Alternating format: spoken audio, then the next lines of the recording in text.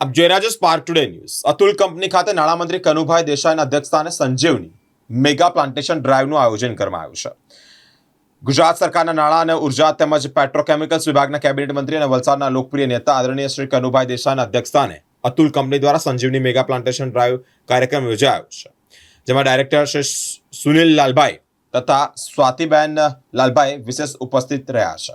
દેશના વડાપ્રધાન શ્રીની આગેવાનીમાં દેશભરમાં ચાલતી વૃક્ષારોપણના અભિયાનોની ચર્ચા પણ કરવામાં આવી છે। ધારાસભ્ય ભરતભાઈ પટેલે પણ સમગ્ર જિલ્લામાં વૃક્ષારોપણને વેગ આપવાનું જણાવ્યું છે।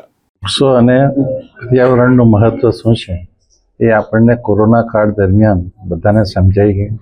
ઓક્સિજન પાર્ક અને ઓક્સિજન લેવા માટે કે ઓક્સિજનની ટેન્કો માટે સમગ્ર વિશ્વમાં એક મોટી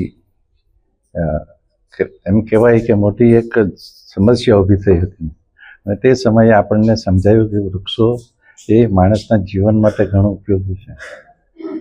વલસાડ ખાતે આવેલી અતુલ કંપની વર્ષોથી એની સ્થાપના 1951માં થઈ ત્યારથી પર્યાવરણ માટે અને વૃક્ષારોપણ માટે અનેક પ્રયત્નો કર્યા છે અને સમગ્ર વિસ્તારને લીલોછમ બનાવ્યો છે। ત્યારે એમણે આ મુહિમને આગળ વધારતા પોતાના સપ્લાયરો, પોતાના ડિસ્ટ્રીબ્યુટરો અને પોતાના એમ્પ્લોયીઓને પણ પ્રોત્સાહન આપીને લગભગ ગયા વર્ષે 1,14,000 જેટલા વૃક્ષો રોપીને એક અનોખું ઉદાહરણ પૂરું પાડ્યું હતું અને આ વર્ષે એ યોજના એમણે આગળ ચલાવી છે અને આજે એનો શુભારંભ કરવામાં આવ્યો। અતુલ કંપનીના ચેરમેન શ્રી સુનિલભાઈ, સ્વાતિબેન અને સર્વે અધિકારીઓને હું ધન્યવાદ આપીશ કે આવા સુંદર આયોજનમાં અને કાર્યમાં એ લોકો સમાજને અને દેશને મદદરૂપ થઈ રહ્યા છે।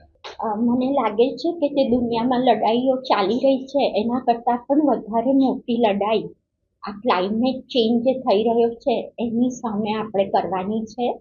અને હું ખૂબ ખુશ છું કે અમારી બધી સ્કૂલના બાળકો પણ આ શીખી રહ્યા છે।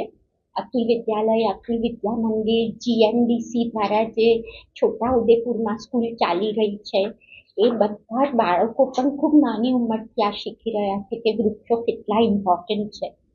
અતુલ ફાઉન્ડેશનની આખી ટીમ જેને અનુરાગભાઈ લીડ કરે છે આમાં એ બહુ જ સરસ કામ કરી રહી છે અને લાસ્ટ યર બી જે આપણે 1,25,000 વૃક્ષો વાવ્યા, આ વર્ષે ભલે જેટલા પણ વવાય પણ એનું પ્રોપરલી જતન થાય એ બહુ જરૂરી છે। એટલે આ વર્ષે અમારો આખો ભાર એના ઉપર છે કે આપણે એકવાર વાવી દઈએ પણ એનું પ્રોપરલી જતન કરીએ। Thank you.